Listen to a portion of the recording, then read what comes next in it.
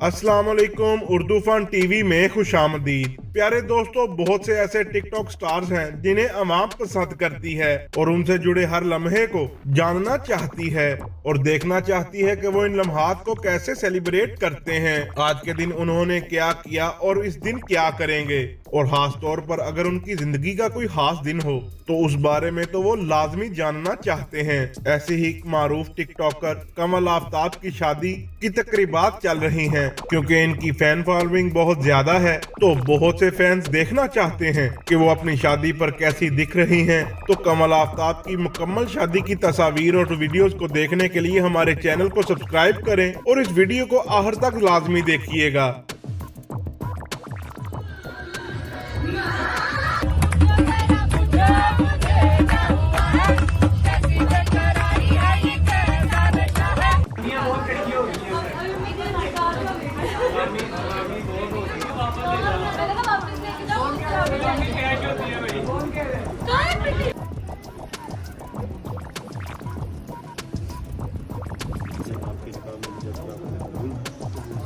कबूल है जी, कबूल है।